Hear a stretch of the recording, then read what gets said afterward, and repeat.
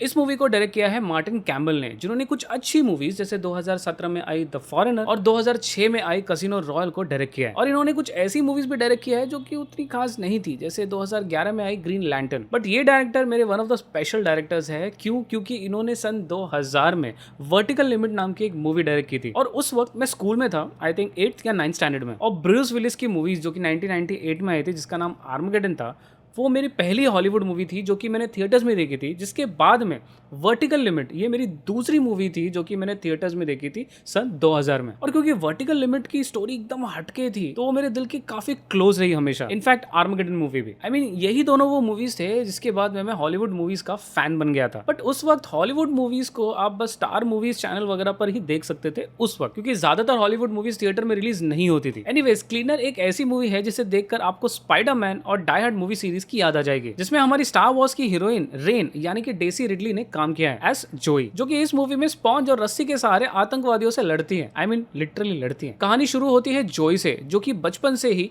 ऊंचाइयों से दोस्ती करती आई है। जब माता पिता के झगड़ों से बचने के लिए बच्चे चुपते हैं, जोई खिड़की से बाहर लटक कर शहर का नजारा लेती है। अब बड़ी होकर वो एक एक्स सोल्जर है जो कि लंदन की गगनचुंबी इमारतों को यानी कि टॉल बिल्डिंग्स की खिड़कियों को साफ करने का काम करती है। अब जैसा कि हर एक एक्शन फिल्म में होता है, एक दिन जोई की जिंदगी में तूफान आ जाता है। एक इको टेररिस्ट ग्रुप जिसका नाम मार्कस है, played by the talented Clive oven, उसी इमारत पर हमला करता है जहां जोई काम कर रही होती है। उनका मकसद पर्यावरण के दुश्मनों को सबक सिखाना। लेकिन जोई को क्या पता था कि आज उसे सिर्फ खिड़कियां ही नहीं बल्कि आतंकवादियों की भी सफाई करनी पड़ेगी। अब जोई इन सब की सफाई, इन सब का सफाया कैसे करती है या कर पाती है भी या नहीं, कुछ इसी स्टोरी को डिसेंट एक्शन और थोड़े वियर्ड सीन से एक्सप्लोर करती है ये मूवी, जिसका नाम है क्लीनर।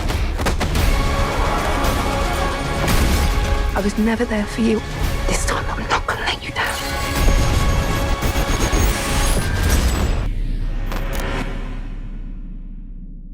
दोस्तों, ढेर सारे मस्ट वॉच मूवीज और सीरीज नेटफ्लिक्स पर ही अवेलेबल है, जिसके अल्ट्रा एचडी अकाउंट 650 में आते हैं, मगर आप पा सकते हैं सिर्फ 163 रुपीज में पूरे महीने के लिए। कैसे, ये जानने के लिए इस वीडियो के डिस्क्रिप्शन में दिए गए हमारे व्हाट्सएप नंबर पर तुरंत कॉन्टैक्ट कीजिए। दोस्तों, ये मूवी 1 घंटा 40 मिनट की है और ऑलमोस्ट स्टार्टिंग के 15 मिनट इस मूवी के काफी इंटरेस्टिंग है। इनफैक्ट इस मूवी का ट्रेलर देखने के बाद मैंने डिसाइड किया था कि इसे जरूर देखूंगा, और ट्रेलर से मोस्टली लोग इसे डाई हार्ड मूवी से जरूर कंपेयर करेंगे, which is obvious. I mean एक बिल्डिंग, ढेर सारी आतंकवादी और एक बंदी अंदर घुस के सबको मारती है। आई मीन 90% स्टोरी तो सेम ही है, बट यहाँ पर स्टोरी में कुछ ट्विस्ट लाने की कोशिश की है राइटर्स ने। जैसे जोई, जो कि एक एक्स सोल्जर है, आखिर कैसे विंडो क्लीनिंग करने लग गए। आई मीन कुछ और भी कर सकती थी, राइट। इसे जस्टिफाई करने के लिए हमें इनका बचपन दिखाया जाता है कि कैसे इनके डैड जब इनके ऑटिस्टिक ब्रदर को मारते हैं तो कैसे ये खिड़की के बाहर पैर झुला कर बैठ जाती हैं, हाइट से बेफिक्र। Hence she took window cleaning service in tall towers, which is weird, but ठीक है, यही दिखाया गया है। मूवी स्टार्ट के 15 मिनट में हमारा इंटरेस्ट जरूर हासिल करती है, and mainly because of Clive oven.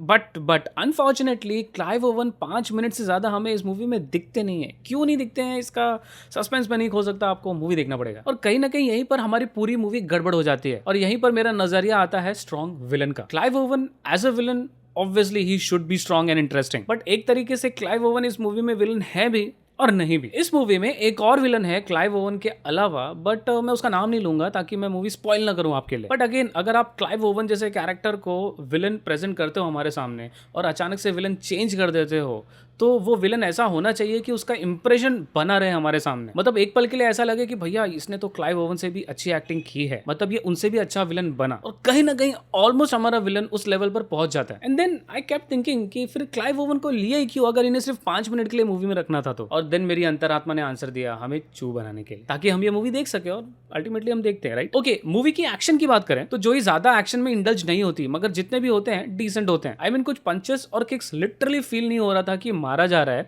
I mean मुझे ऐसा लग रहा था कि ऑपोजिट साइड बस खड़ा था कि जो इनको किक मारे, लात मारे, घुसा मारे, और ताकि वो गिर जाए। ट्रस्ट मी, मूवी में 2-3 सिनारियोज लिटरली ऐसे दिखते हैं। बट अपार्ट फ्रॉम दैट, जितने भी एक्शन में जो इंडल्ज होती है काफी इंटरेस्टिंग थे। आई मीन मूवी में 3-4 इंस्टेंसेस ऐसे भी है जहां पे अनएक्सपेक्टेड इंटरेस्टिंग एक्शन दिखाया गया। तो ये सारे तो हो गए मूवी के कुछ पॉजिटिव पॉइंट्स। आइए चले नेगेटिव पॉइंट्स के बारे में भी बात करें। जोई का भाई मूवी में था, और वो एक ऑटिस्टिक बंदा होता है, यानी ऐसे लोग जिन्हें दूसरे से बात करने में काफी दिक्कत होती है, जोर की आवाज पसंद नहीं होती, तेज रोशनी पसंद नहीं होती, एक्सेट्रा। और आई थिंक जोई के भाई को इस मूवी में इसलिए घुसाया गया दो चीजों की वजह से।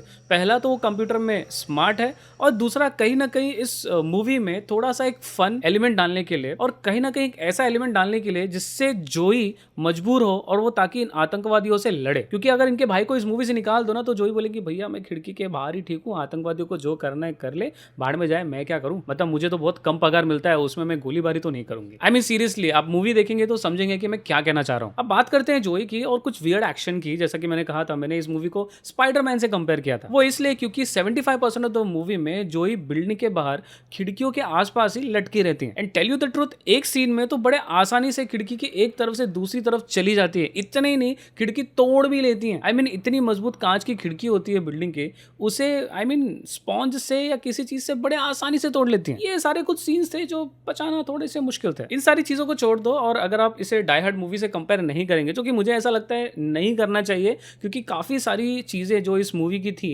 डाई हार्ड मूवी से थोड़ी अलग थी। क्योंकि जोई बाद में बिल्डिंग में नहीं घुसती, ये पहले ही बिल्डिंग में घुस जाती है। इनको नहीं पता होता है कि भैया बिल्डिंग में आतंकवादी आने वाले हैं। और ऑलमोस्ट 75% मूवी में तो ये बिल्डिंग के बाहर ही टेक्निकली एक तरीके से खिड़की पर लटकी होती हैं। 15 मिनट के लिए अंदर आती हैं और सबका सफाई कर देती हैं। एक चीज कहना पड़ेगा, तारीफ करनी पड़ेगी राइटर्स की, कि हर एक कैरेक्टर को बड़े इंटरेस्टिंग तरीके से मूवी में घुसाया गया इस तरीके से, ताकि जोई के हर एक एक्शन को जस्टिफाई किया जा सके। So once again I think आपको इसे डाई हार्ड मूवी सीरीज से कंपेयर नहीं करना चाहिए। आप इसे as a single movie enjoy करें। डेफिनेटली ये वन टाइम वॉचेबल मूवी है। एंड आई डोंट अंडरस्टैंड कि क्यों IMDb पे इसे इतना अंडररेट किया जा रहा है। ये इतनी भी खराब मूवी नहीं है, और इसलिए इन सारी चीजों को ध्यान में रखते हुए मैं इस मूवी को रेट करूंगा 6 out of 10। अंत तक वीडियो देखने के लिए धन्यवाद। Stay safe.